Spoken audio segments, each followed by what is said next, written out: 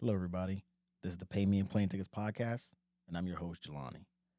Today, we talk to a traveler by the name of Kaya, who's originally from Poland but grew up in Denmark.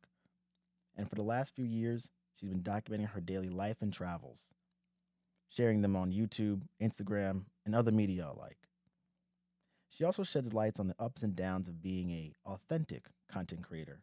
So on this episode, we are grateful to host her and allow her to share her travel journey and her life story, along with our patented fun questions. So sit back, get comfy, and enjoy.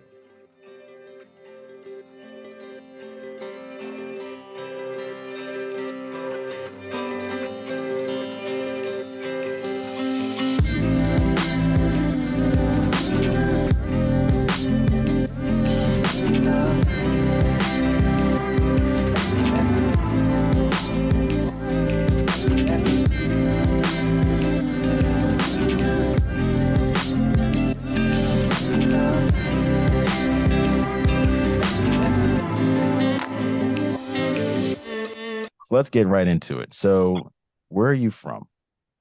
So I'm Originally. originally from Poland. Um, Okay. I'm Polish and I grew up in Denmark, or I moved to Denmark when I was a Okay. child. So I kind of, spent half of my childhood in Poland and then the other half in Denmark. Oh, okay. So when did you move from Poland to Denmark? Was it really When I young was or 12, 11, 12? 12. Okay. Got you. Yeah. Okay. So you've been Denmark, Poland, kind of both ways. And Yeah. then when did you start? Because that's almost a travel in itself. So when did you start traveling, I guess, beyond the move from to Denmark? I pretty much traveled all my life, not as much as I do now, but I come from a family that travels. My mom loves traveling. Most of the time it wasn't really traveling far. Okay. Most of the time we would just travel in Europe. Okay. But yeah, I mean, I had that luck that traveling was just always part of my life, and it was just always something that I really liked, even as a child. Okay. Yeah, no, I could share the same sentiment. My family and I, we always, back in the States, we traveled to the Caribbean a lot. That was always kind of the go-to. So we were always on the road in some degree. And I guess you could say we traveled to the States, but I share that as well. You definitely were kind of a young traveler born into it, always been on the road. Yeah, kind of. I mean, not to the same extent as I am now, obviously. Usually it would just be the same couple of countries. We would go to Italy for summer holiday. Oh, From nice, nice. you can drive. We would drive in a car. It takes you like 15 hours or something to drive to Italy. And that's what we would do every summer. And then in Uh, winter, we would go to the Alps. So oh, usually it wow. was the same couple of countries. But of course, I mean, I guess Yeah, it's an it's, important thing to say. I was always very lucky to be able to travel with my family. It yeah. does make it easier to travel as an adult as well, I can imagine. Right. Yeah. Because if you're used to it when you were younger, it kind of makes it a little bit better now that you're older and you can do it. And Yeah. so, do you have a favorite family trip or location you guys would go or frequent? It's hard to say, but I have really good memories from Austria. So we would go skiing in Austria every winter. So I come from the south of Poland, from Wrocław. So it's Okay. one of the biggest cities in Poland. So Austria for us was not that far away. It was probably like 6 hour drive. And that used to Okay. be one of my favorite places, and it's still one of my favorite places. I don't really go there that often anymore. I mean, I don't really go there anymore. Gotcha. But it's mainly because I guess as I got older and I got a chance to travel far away, um, I usually travel to like warm place in the Yeah. winter because you do want sun during the winter, especially when you live in Denmark or Poland. I mean, we have very long, dark, cold winters. Yeah. So I feel like it's kind of a shame that I don't really go skiing. I never go to Austria anymore, but yeah, that's definitely one of my favorite places. Oh, okay. And when would you guys visit Austria? Was it in the summertime or wintertime? Winter. So like Winter for for skiing. skiing and stuff Yeah. like that. Oh, okay. Now that you're older, when did you first start taking solo trips? It's difficult to say because for Hmm. me, it was never like this big decision that now I'm going traveling solo. And I think it kind of happened gradually. For the first time, I went to China by myself when I was 19, but I Oh, moved there for school. okay. Um, so I was on my own, but I went there for university. Um, so it was such a big move and such a Yeah. difficult thing to do back then that later everything else I did was just easy compared to this. Gotcha. But since I Wow. got the chance to live in Asia for a little bit, at first I once I spent like a couple of days alone in Vietnam waiting for my friends to come over, and I then see. so it kind of happened, gradually. Which part of China were you in? Shanghai, amazing. I mean, I wrote a book about it, so big That's a, experience, that's a life-changing good, experience. that's an amazing accomplishment too. Yeah, Mhm. that's pretty good. All right. And how long were you there for? 2 years. 2 years. Hmm. Or I stayed for 1 year, came back, and then I came back again. And Yeah. what did you study? At first Chinese, and then the Hmm. second time around, I did MBA in luxury brand management. You survived. I survived, and I loved it. China, I'm gonna say was your first true solo trip, even though it's for school, but you're also meeting people. Um, what started? Because I discovered you. Uh, I was planning a trip to go to Puerto Escondido. And I ended up going there, so I discovered your content and everything about it. And ever since then, I just see you on the road everywhere. You're just off and going some places. So That's what it seems like on the internet. And I keep repeating in my videos, it's not like that. I mean, I do travel a lot. That's yeah, true. But it's not like I'm constantly on the road. I spent the yeah. last year working really hard all day long. Ah, Um, yes, yes. You're traveling, but you're more sedentary. You're staying there for long extended periods. you mean if I like have a home base or Yeah, I guess so. I guess are you staying in one area for a longer time than I guess yeah, I mean, yeah. yeah, I've lived in Warsaw for the past couple of years. Okay. So yeah, Right. that's where I live. And I mean, I do travel quite a bit, but that has been my home base for the past couple of years. So perfect, perfect. And then so how many countries have you visited? Do you know your count or no? I do because I've recently made this like TikTok where I had to count all but I had no idea. So I think it's 46, but Wow, 46. Okay. Okay. yeah. That's impressive. Yeah, but I'm really bad at math, and I'm pretty sure like I've missed something. But I mean, 46. That's a that's a nice little number. Look, that's a great number. I don't even think I'm probably at like 15, maybe, if that. But I And feel most like it's easier for me because I'm European or I live in Europe. Like yes, there's so yeah, many countries around. yeah. You're in easy access of the train and the planes. Everybody kind of Exactly. works together with you. Yeah, that's not bad though. And so, do you have any standouts? Let's first off, any standout locations that you visited where you said, "Man, this is amazing." It's really hard to say because I'm the type of person that likes everything when I travel. Of course, I I always respect have that. my favorites, but Mhm. I would never come back from a trip and not have anything good to say about it. Like I Okay. always kind of enjoy places for what they are. Um, I guess places that are most special for me are the ones where I stayed for a longer time. And that's how it always Okay. is, right? So I love Yeah. Thailand. I lived in Bangkok for a bit. I went to school there as well. So Oh, I wow. always Okay. really, I guess, a deep connection with Thailand. China, obviously. I mean, I love Yeah. Mexico. I mean, Mexico Mexico. is Okay. I can one understand of that. my Respect favorites as Mexico. well, for sure. I mean, How long? Mexico, I just visited, but I can totally imagine myself, relocating and staying there for a bit longer in the future. I would love Like to do that. Mexico City or somewhere else in the Yes, country? Mexico City. probably. I love big cities and I love Mexico City. Yeah, I just visited there myself just for a few days, a quick stay over, and it was a wonderful time. Not gonna lie. So I know you don't have any standout. Did you have any place you visited where you were a little bit disappointed or it didn't live up to your expectations? I would say that probably your home country, not all of it, but like Los Yeah. Angeles. The first time I went to Los Uh Angeles, I was so excited. You see it in the movies and yeah, California, and obviously, like, oh, California is beautiful. It's a great yeah. place. Nope. Uh, Mhm. but I think Los Angeles definitely, You know what? I'm gonna ride with you on that one. It's not like New York City because I'm New York City based, so it's not like New York City where everything's close together. Everybody's kind of connected. You kind of can do a lot in a little bit of space and time. LA, you're stuck in traffic all the time. and we stayed in downtown LA. Oh, So yeah, yeah, probably not the best choice of location, but it's just a city full of contrast, a yeah, huge contrast. And for me, it was almost impossible to enjoy the good parts because obviously there are good parts. The beaches are great, palm trees, beautiful weather. Yeah. But then you see so many people struggling, and it's sometimes Yep. it's important to just, yeah, Yeah. obviously it's not only LA problem, but I think growing up in Poland or in Copenhagen, we're not used to that extent. Yeah. Uh, No. I understand. Yeah, the contrast is fairly large in the States and in the big cities. It's not just LA, it is also New York as well. I also hail from DC, and there's a lot of struggle out there too.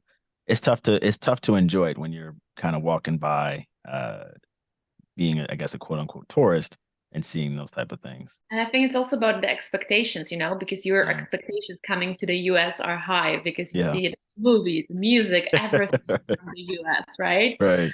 I think you just expect this one big Disneyland, but Yeah, no, I understand that. And then so I thought when you go to LA, I'm gonna see like celebrities everywhere I go.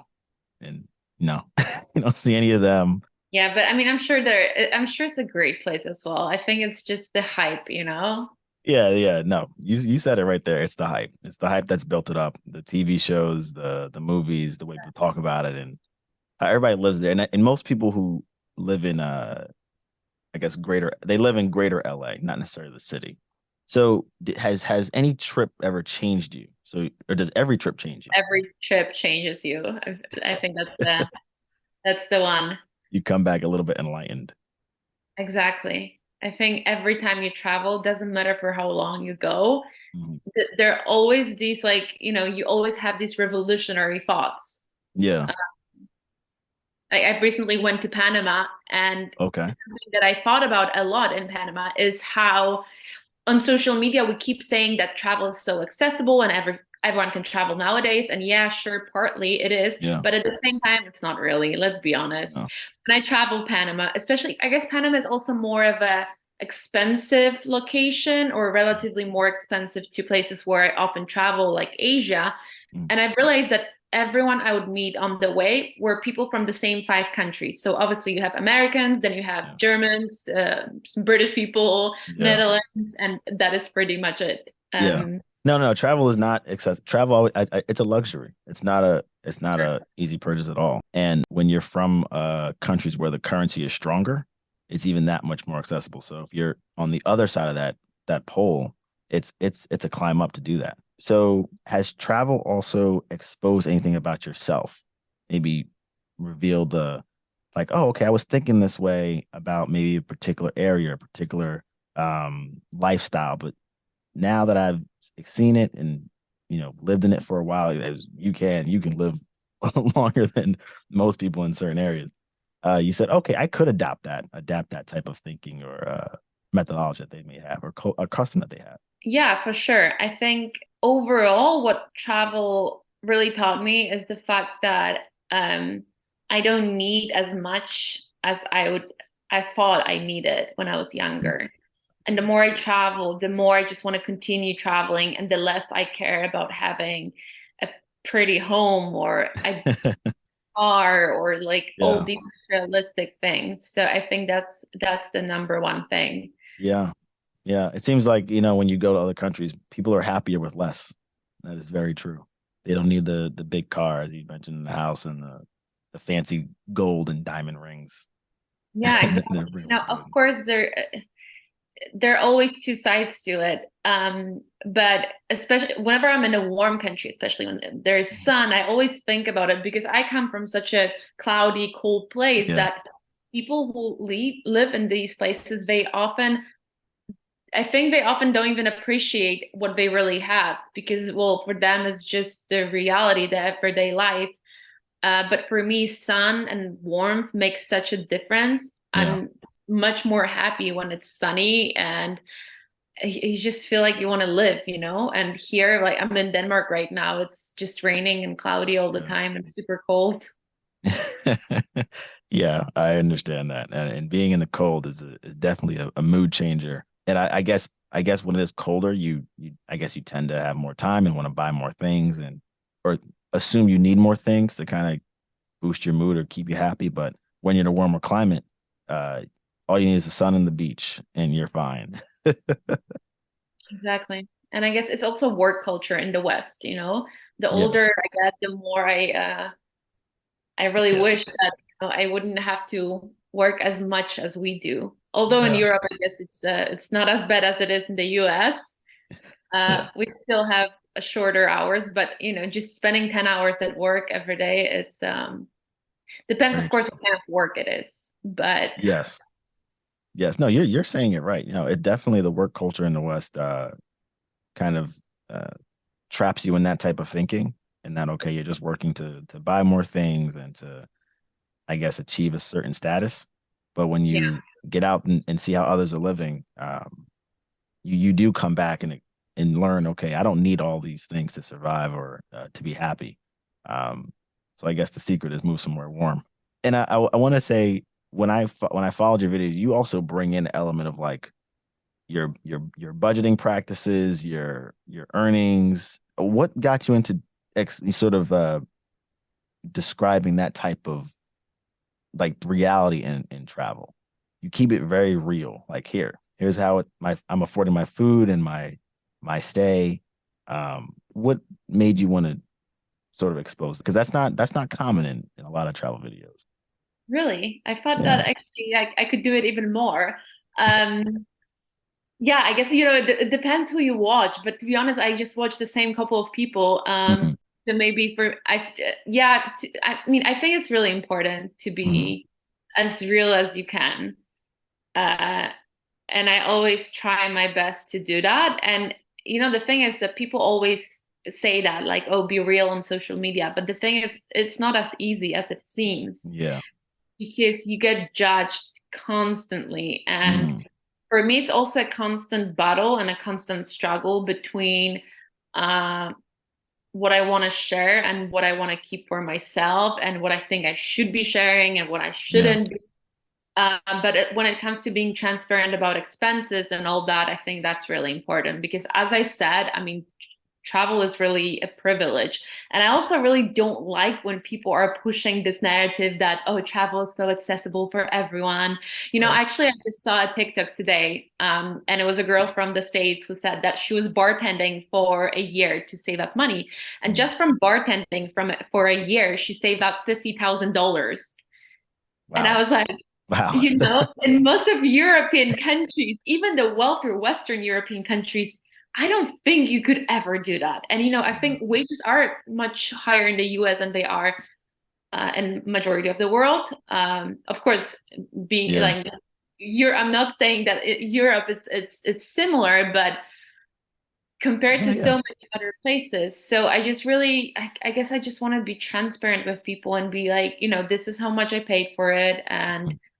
I also keep repeating it in my videos that it's not like I travel all the time. I have a job and I save up Yeah. because people always ask you this question, like, how did Yeah. you Afford afford all this? this. And that Right. there's no like, secret to it. It's literally very simple. I work and I save up.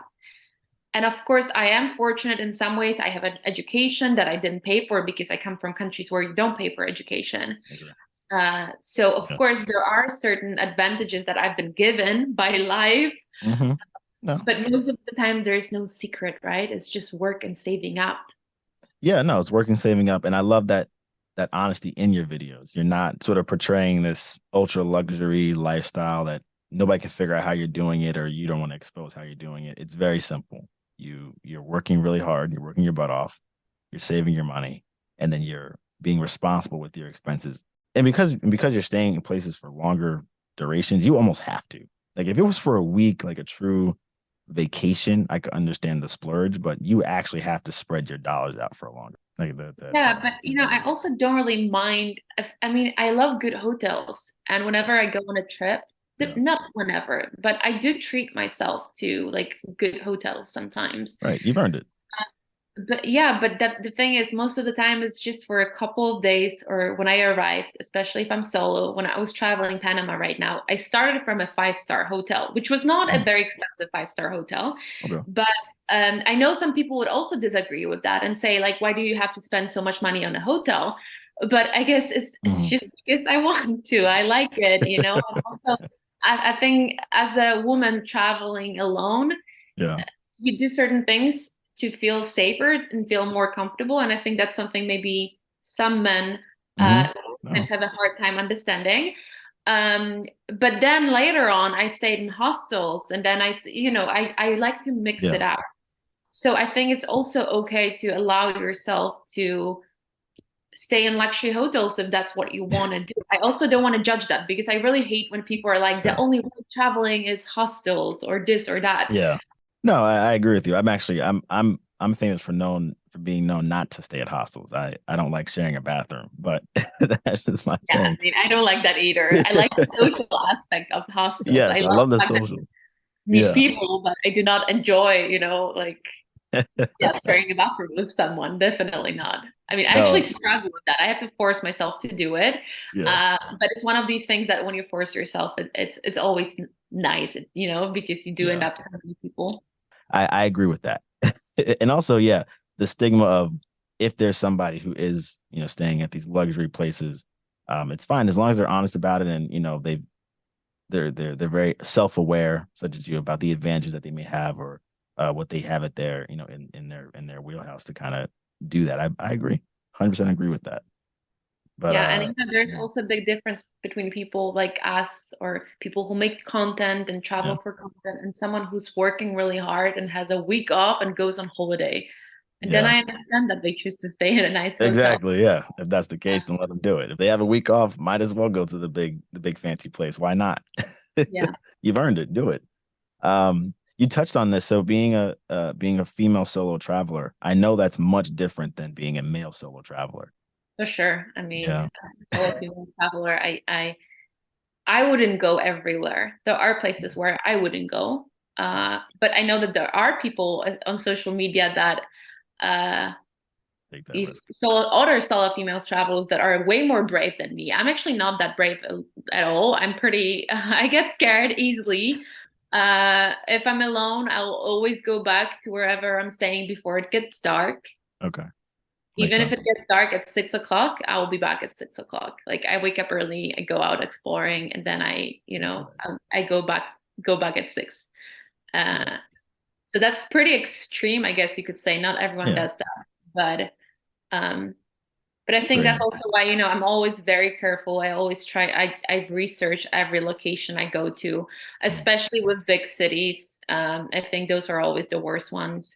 Okay. If I know someone or I know someone who knew someone, I always try to also talk to actual people, not only research online. Yeah. And as I told you, like my recent trip to Panama, I knew that, Panama City, that's the big city. That's where, you have to be careful and you need to know your neighborhoods. And that's also why I chose to stay in a nice place in Panama City. And then later Yeah. on, when I traveled to like small villages, I didn't care that much. I would be staying in hostels and, Yeah. um, Okay. yeah. So I guess it's all about, research and also, yeah, being careful, I Taking that guess. extra level of precaution, of course. And I would assume being at a hotel is a little bit more safer because you have that checkpoint that you can sort of reference it back to instead of being like an Airbnb or even maybe a hostel. I guess a hostel is the same thing as well. But so what got you into starting YouTube? What got you into creating content for travel? Living abroad. I started Mm, YouTube. I made my first video when I lived in China.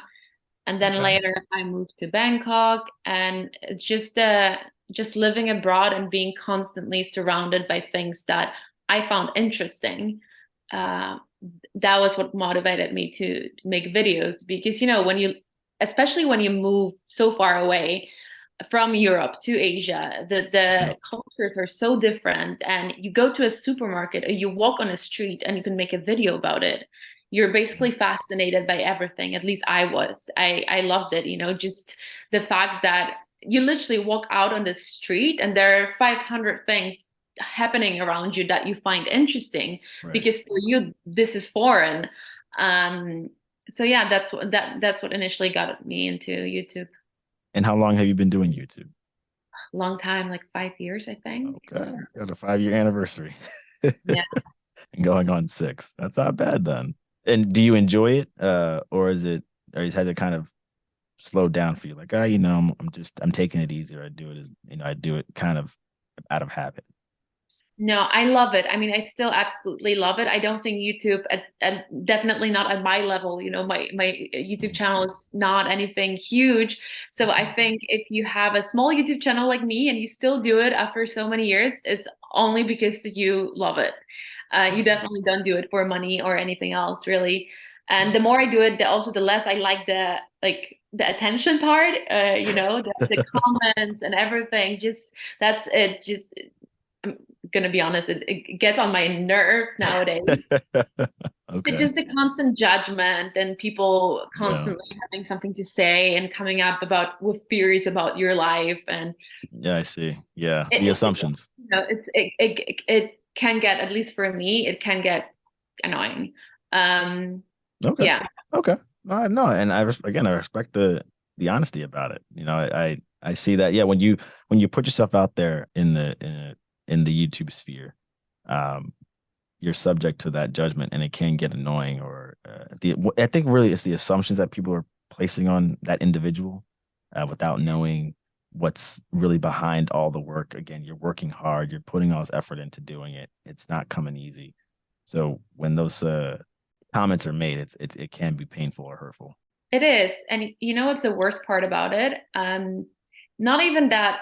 Of course, some comments can be, as you said, painful or hurtful. People can really say a lot of mean stuff to you. People do say a lot of really mean stuff to you on the internet. But those are not even this is not the worst part. The worst part for me is that I sometimes get confused about what I want to make, what I want to create, Mm, because you have so many voices from all directions telling you, no, you talk too much, you talk too little, you should say stuff that are more interesting, your videos are boring, like you're boring. yeah, I see. So I think because of that, it's like a constant struggle, and it's like a wave. I like to say that it's a Okay. wave because it happens for me frequently. Every couple of months, I have like a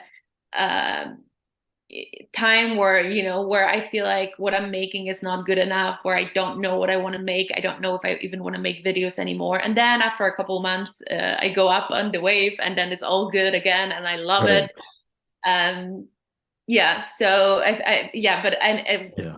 I think what bothers me the most is that sometimes it's hard to just listen to yourself and know what is it that you actually want to create when you have all these people commenting on your work. And I bet it also sort of hinders that creative process to get those juices flowing when you're seeing all these comments and seeing all these sort of I guess these comments being made towards you. Yeah, probably. When I'm filming, when I'm out there and just creating content, uh, that's the good part. That's the part that I love the most. I But I see. think with time, the more I do YouTube, the more tired I get with editing and that Yeah. whole process that comes after the trip. So editing, putting the video up, reading the comments, or not getting the results that you hoped you would get. Mhm. That's also a sad part, how sometimes just numbers and Yeah. analytics can affect your mood and your um, perception, because sometimes I had a great trip. I love what I did. I'm happy about the video, and that video doesn't get good results. Yeah. And then I get confused. And even though I'm an adult and I've worked in the industry also from just not only as a creator, I worked in social media industry for years now. So I know how it works. So I shouldn't get upset, but you still do get upset. Right. Yeah, I can understand that. It definitely is tough, and it hurts when you don't we're not getting the numbers or the performance you wanted. I I recall another YouTuber saying that sometimes it's just the way the algorithm works. It's not necessarily your video or uh, the content you're making. It's perhaps that location isn't the hot location right now. But like in a year, maybe it becomes the 2024 top destination to go to, and everybody starts looking it up. And this video you made a year ago that wasn't doing well ends up blowing up. You know? 100%. And that Right. happens all the time. I've made a video about Qatar. Mhm. So a couple of years back, I was traveling to Indonesia actually, and I did a layover in Qatar, and that video is obviously getting so much attention now because of the World Cup. And Yeah. that happens all the time. So I'm also very much aware of the fact that only because the video doesn't perform well doesn't mean that it's a bad video. But I guess it's sort of like a subconscious mind thing that you can't Right. control. Recently, I've been trying to focus more on short content. So I'm Okay. posting TikTok and Reels and Shorts. And I post the same video on all the free platforms, Gotcha. and the different results you get, it's insane. I had a Really? video recently that got 500,000 views on YouTube, and it got 2,000 views on my Instagram. I mean, I don't really have an Instagram following, so of course Yeah. that's Yeah. another thing. But it's just crazy how Yeah. different it can be with the same video. Yeah. Yeah. Yeah. It's different algorithms, different fan bases, I would say. Is it more so in the short term content, like I guess the TikToks and the Instagram Reels, than it is in pure YouTube? Because your YouTube videos, I think, run like 5, 6 minutes. I think I've seen before, but the TikToks are what, maybe a minute? I mean, maybe. So is it you're seeing more of a reach on the 5 minute videos, or more reach on the short term videos, the short form? No, I think the long videos, the regular YouTube videos, they just have more potential to grow later. They grow gradually. And a lot of them, a lot of my travel videos, they sort of never stop growing because there are people constantly traveling to these locations and watching these videos. Right. But with short content, I think it's more of short content doesn't have a very long lifespan. It So you doesn't. post it, it gets views, maybe it gets a lot of views, but then in a month or even less, the video is basically dead. It's pretty much over. Yeah. Yeah. And on top of that, travel content's not easy to make. You actually have to travel somewhere.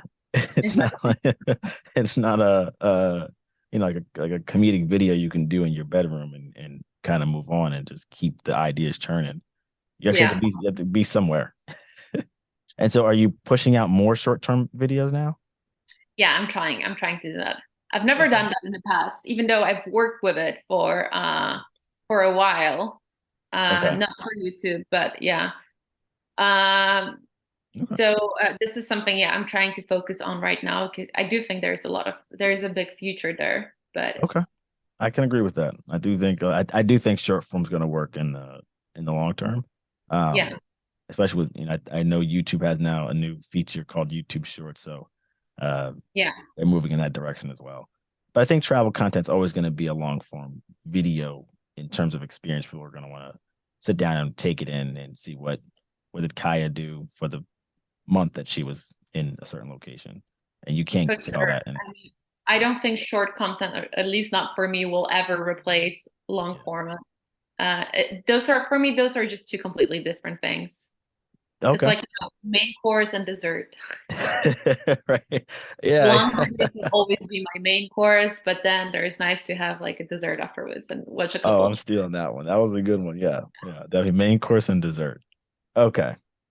So to close this out, we asked all our guests fun questions and just sort of on top of the nose as best as you can. So this is the Pay Me in Plane Tickets podcast. So if you had to get paid in plane tickets, which airline are you choosing? That's a very difficult question. Okay, Right. I would choose an airline that I've never. No, I flew with that airline once, but I've heard so much good about it. Singapore Airlines. And I also Okay. chose Singapore Airlines because of the destination. Not even Singapore itself, although it's a great place, but Uh, just the fact that it's like in the middle of Asia, in the middle of Southeast Asia, okay. which is a region that I love.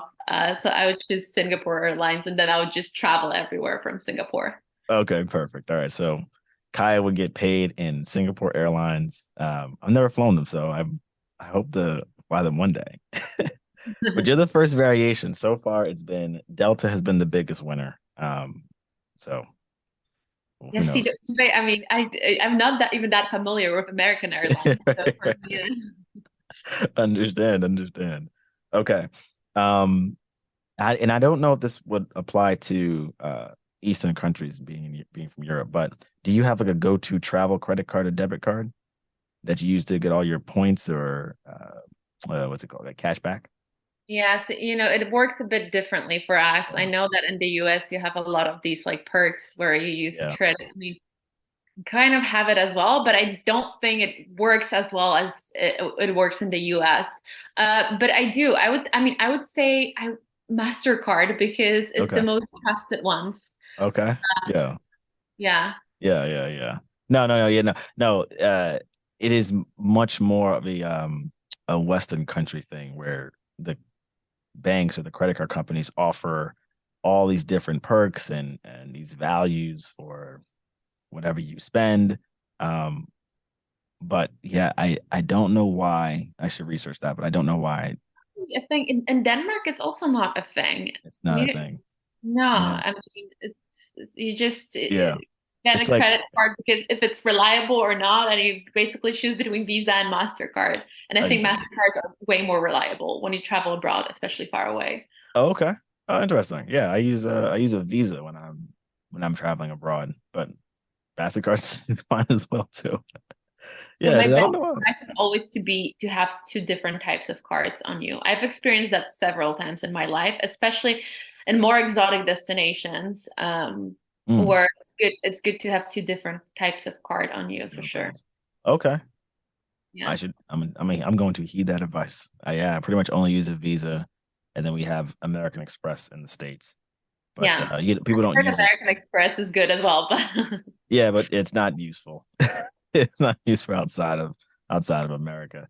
yeah. Um, do you have any travel pet peeves? Oh, that's a difficult question. Yeah. All right. What's the one pet peeve that you could name? I don't know if I can say pet peeve, but what I kind of mentioned earlier, people who are telling you what's the right way to travel. Okay. I think my way of traveling is really mixed. People don't understand that. I would stay in a five-star hotel and then I take a bus to Hmm. whatever.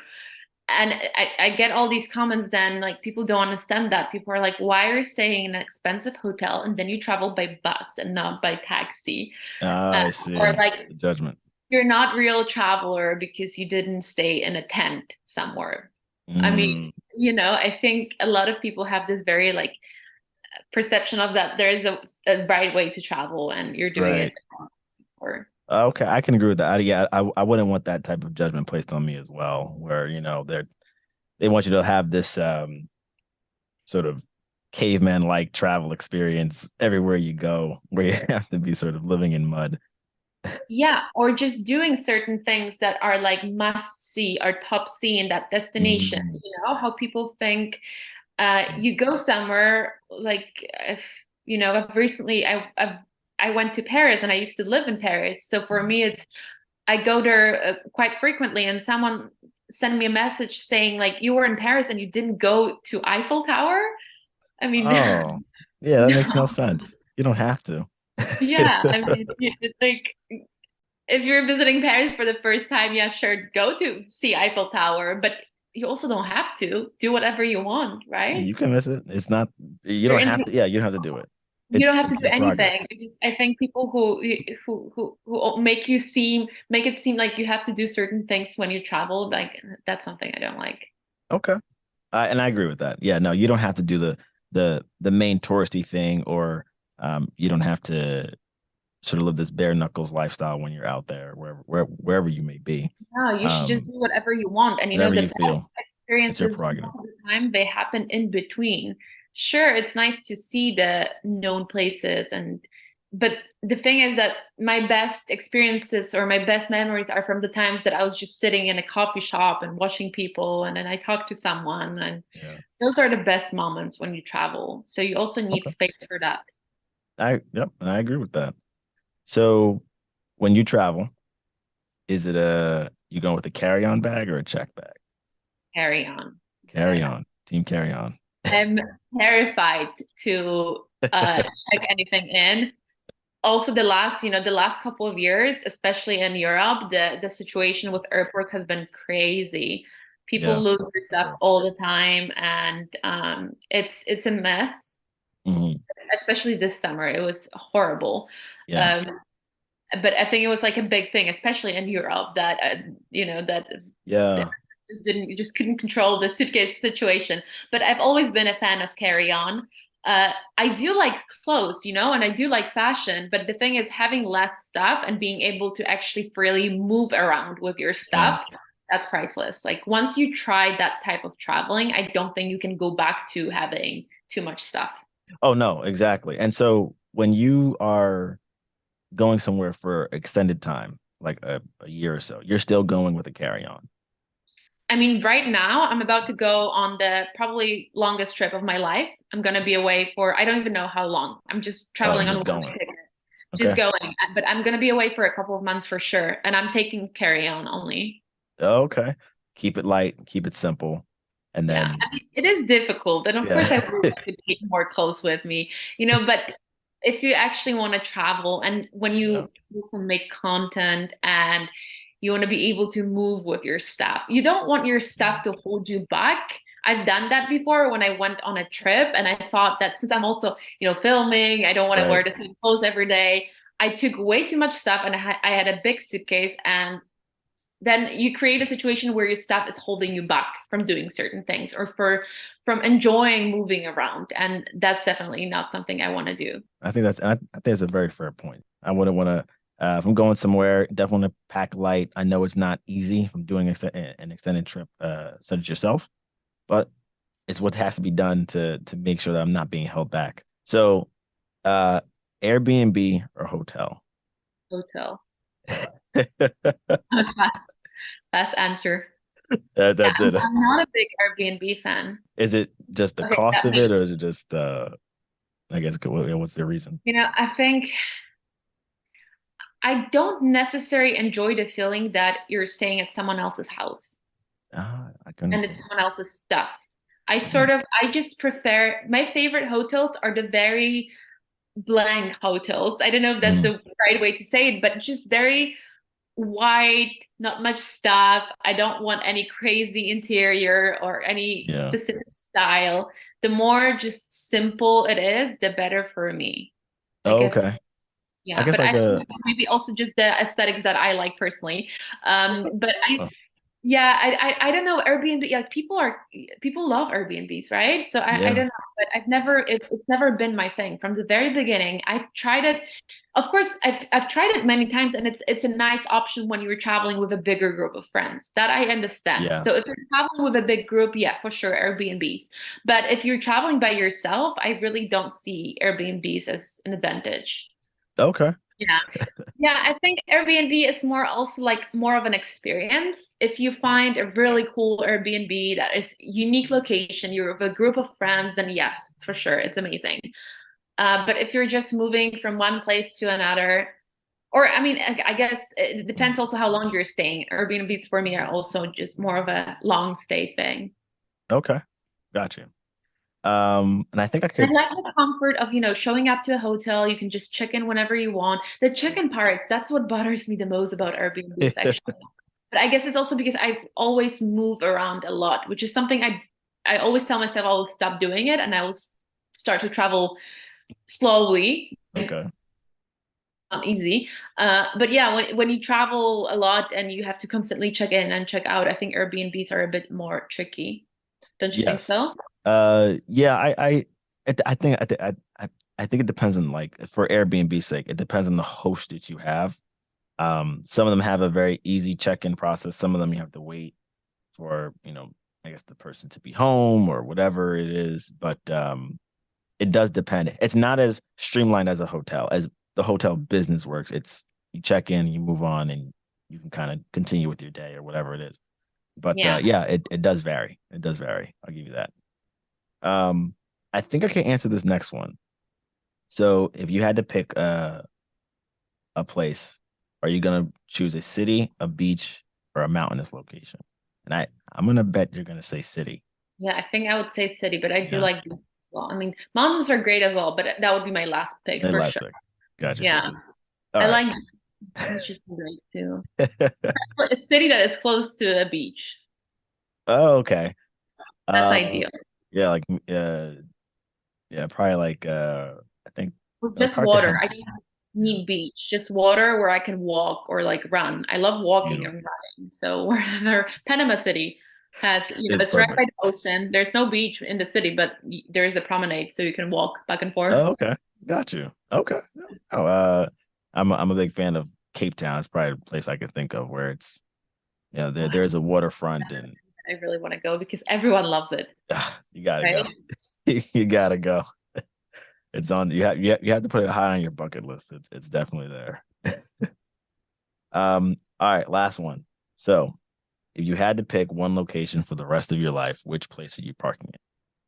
Somebody So said, yeah, I know. I left the best one for last. I think my answer will be a little boring, Okay. but if I would have to just pick one place, I would just pick Shanghai, where I used to live in China. And that's because I love Shanghai, but it's also because it's a city of 25 million people. So imagine, you can never Got be you. bored. Yeah, That's yeah, the yeah. There's always something. There are so many neighborhoods. So Yeah. if I would have to be just there for the rest of my life, I would like to be in a very exciting, huge place. I mean, it's so gigantic that um, it's just the Okay. location. There's no beach. There is not that much nature It's just nearby. the So okay. if not Shanghai, maybe like Hong Kong or Okay. Hong Yeah, Kong has no. the nature. That's something I really love about Hong Kong, the islands, beaches, and everything. So Okay. No, I have to make my way out there. But that Shanghai, I can see. It's a city. It's like New York City, like Hong Kong. It's like a big city. You'll never exactly, be bored. There's always something to do, some activity going on. exactly. Um, I can I get that. So basically, you're parking it in Shanghai, and that's where you're gonna call it. Yeah, and I've also missed it a lot, because of the pandemic the last couple of years. I always thought that See. this will be my home base, but it just never happened because of Yeah, of COVID. because of what happened in the Yeah. world. And who knows? I guess who knows when those doors are going to open back up again? I don't have, yeah, the slightest of idea. It might not be for a while, unfortunately. Unfortunately, yeah. I mean, Yeah, I know it, but yeah, yeah. it was a hard pill to swallow in the beginning, but Understand. You're a strong woman. You got this. So where are you heading off to next? I know you mentioned you're going somewhere for an extended period of time. so I'm starting with Oman. I'm going to Oman with a friend. Where is Middle that? East, Oh, right? okay, yeah. It's in Middle East, so it's a country right next close to Dubai. Okay. Okay. Got you. 400 or 500 kilometers from Dubai to Muscat, the capital of Oman. Okay. Um, so yeah, I'm very excited. I'm not very familiar with Middle East. Well, So I'm very excited to. that sounds exciting. I look forward to seeing all the videos and pictures and your story while you're out there. And you're just gonna go there with a friend for as long as you need. And now we're just staying for a while but then I'm gonna continue traveling and I'm going to Africa by myself after Oman. Ooh, okay. Do you know where in Africa yet? Or are you still leaving it a mystery? No, I do know. Should I say it? Tanzania. Okay. Beautiful. Yeah, Beautiful. I've heard many. I've heard great things. I just came back from Ghana, so you'll be on the other side of yeah. other side of where I was at. But I think you're gonna like it. And obviously, I want to hear what your thoughts are on Tanzania. Anyway, Sure. I'm very excited. I've never been to that part of the world, so it's brand new. okay, should be fun. Should be fun. Kaya, I want to just thank you for coming on. I know it's the busy season, and you just shared so much information and so much of your story. I just appreciate you joining me today on this. Thank you so much for having me.